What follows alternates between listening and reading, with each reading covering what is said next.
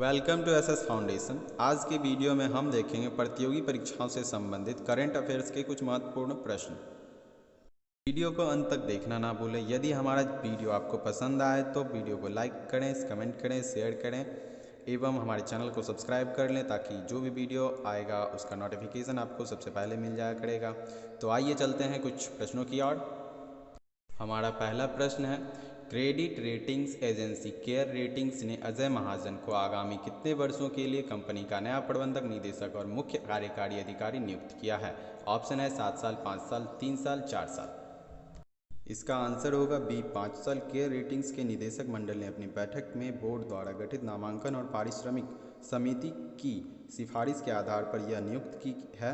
अजय महाजन ने साल 1990 में बैंक ऑफ अमेरिका के साथ अपने करियर की शुरुआत की थी और कुछ ही समय में वे ग्लोबल मार्केट्स ग्रुप के एमडी और कंट्री हेड नियुक्त किए गए। इनके अतिरिक्त वे यस बैंक और आईडीएफसी बैंक के साथ भी कार्य कर चुके हैं। एक क्रेडिट रेटिंग एजेंसी के रूप में केयर रेटिंग्स की शुरुआत वर्ष 1993 में हुई थी।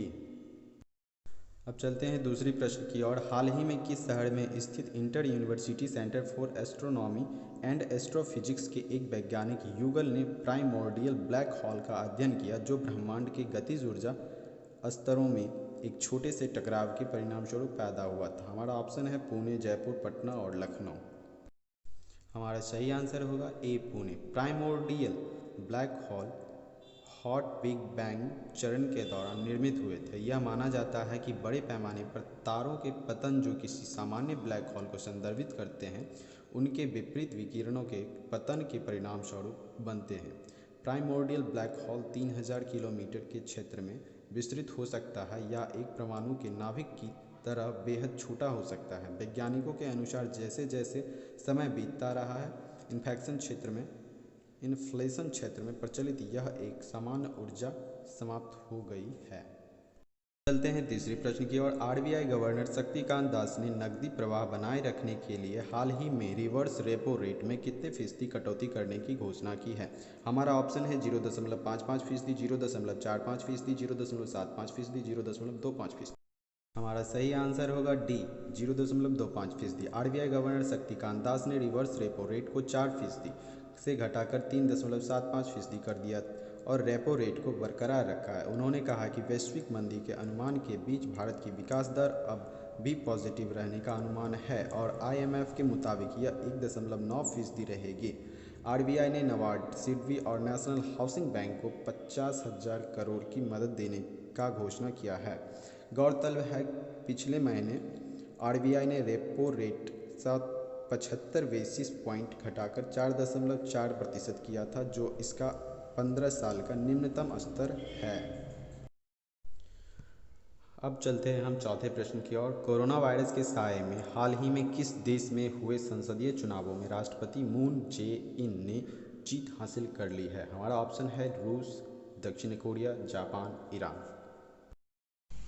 हमारा ऑप्शन होगा बी, दक्षिण कोरिया। दक्षिण कोरिया के राष्ट्रपति चुनाव आयोग के अनुसार रिकॉर्ड 62.6% मतदान हुआ। वर्ष 2004 के आम चुनाव के बाद यह सबसे ज़्यादा मतदान है। कोरोना के खतरे के बीच दक्षिण कोरिया ने पहले से एहतियात बरतते हुए चुनाव कराने का फैसला किया था। कोरोना वायरस के प्रसार को रोकने के लिए बड़े स्तर पर लोगों का टेस्ट करने के लिए दक्षिण कोरिया के अंतर्राष्ट्रीय समुदाय से काफ़ी प्रशंसा मिली है। देश में 10,564 लोग कोरोना वायरस से संक्रमित हैं जिसमें सिर्फ 222 लोगों की मौत हो चुकी है। हम चलते हैं पांचवी क्वेश्चन की ओर। हाल ही में किस राज्य के वैज्ञानिक ने कोविड-19 वायरस का जीनोम सीक्वेंस खोज निकालने का दावा किया है? हमारा आंसर होगा A, Gujarat. Gujarat biotechnology research centre GVRC के वैज्ञानिक ने कोरोना वायरस के पूरे जीनोम सीक्वेंस को खोज लिया है। गुजरात बायोटेक्नोलॉजी रिसर्च सेंटर के निदेशक चैतन्य जोशी ने ट्वीट करके यह जानकारी दी। GVRC ने कोरोना वायरस संक्रमित अलग अलग 100 लोगों के सैंपल लिए तथा उनका DNA टेस्ट किया। GVRC के निदेशक चैतन्य जोशी बताते हैं कि कोरोना वायरस में एक माह में 2 बार परिवर्तन देखे गए। वह तेज़ी से बदलता है लेकिन यह बेहद मामूली होता है। चलते हैं छठी प्रश्न की ओर। अंतर्राष्ट्रीय मुद्रा कोष IMF ने हाल ही में कहा कि वह कोरोना वायरस से निपटने के लिए देशव्यापी लॉकडाउन लगाने के किस देश के समय रहते लिए गए फैसले का समर्थन करता है। हमारा ऑप्शन है ए चीन, बी अमेरिका, सी भारत, डी पाकिस्तान। हमारा आंसर होगा सी भारत। IMF ने अपने वर्ल्ड इकोनॉमिक आउटलुक में 2020 में भारत की विकास दर 1.9% रहने का अनुमान जताया था। भारत में 25 मार्च को 3 हफ्ते का लॉकडाउन लागू किया गया था, जो 14 अप्रैल को समाप्त होना था। बाद में लॉकडाउन को 3 मई तक बढ़ा दिया गया। IMF ने बताया कि पूरे एशिया प्रांत क्षेत्र पर कोरोना वायरस का असर गंभीर और अभूतपूर्व होगा। साल 2020 में एशिया की वृद्धि थम। अब हम चलते हैं 7वें प्रश्न की ओर। भारतीय क्रिकेट टीम के किस खिलाड़ी को दुबई स्थित क्रिकेट अकादमी क्रिक किंगडम का ब्रांड दूत नियुक्त किया गया है। हमारा ऑप्शन है ए महेंद्र सिंह धोनी, बी रोहित शर्मा, सी विराट कोहली और डी कपिल देव। हमारा आंसर होगा बी रोहित शर्मा। यह अकादमिक वैश्विक महामारी कोविड-19 का प्रकोप कम होने के बाद अपने ऑनलाइन प्लेटफॉर्म के जरिए भी कोचिंग की सुविधा देगी। क्रिक किंगडम की मदद से कोचों की सेवाएं लेने के अलावा मैदान और नेट की सुविधा की बुकिंग की जा सकती है और साथ ही यह अकादमियों का प्रबंधन भी करती है। रोहित शर्मा का नाम अकादमी के निदेशक के रूप में भी प्रस्तावित किया गया। अब हम चलते हैं 8वें प्रश्न की ओर। किस संस्था के मुताबिक कोरोना वायरस महामारी के कारण इस साल एशिया की आर्थिक वृद्धि दर शून्य रह सकती है। हमारा ऑप्शन है A WTO, B ADB, C IMF, D WHO। हमारा आंसर होगा सी IMF के अनुसार एशिया के 2 बड़े व्यापारिक भागीदार अमेरिका और यूरोप में क्रमशः 6% और 6.66% की गिरावट के अनुमान है। इस साल चीन की आर्थिक वृद्धि दर भी 2019 के 6.1% से गिरकर 1.2% पर आ जाने की आशंका है। IMF ने कहा कि कोविड-19 के कारण एशिया में उत्पादकता में भारी गिरावट देखने को मिल सकती है। IMF ने दक्षिण कोरिया और ऑस्ट्रिया के लिए आर्थिक वृद्धि दर के अनुमान में क्रमशः 3.5% और 9% की कटौती की है।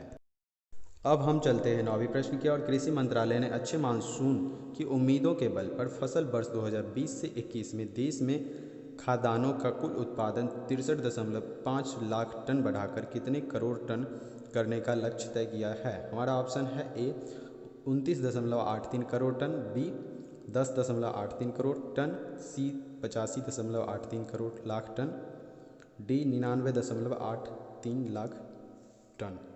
हमारा आंसर होगा ए 29.83 करोड़ टन। मंत्रालय द्वारा फरवरी में जारी दूसरे अग्रिम अनुमान के अनुसार फसल वर्ष 2019 से 20 में देश का खाद्यान्न उत्पादन रिकॉर्ड 29.19 करोड़ टन रख सकता है।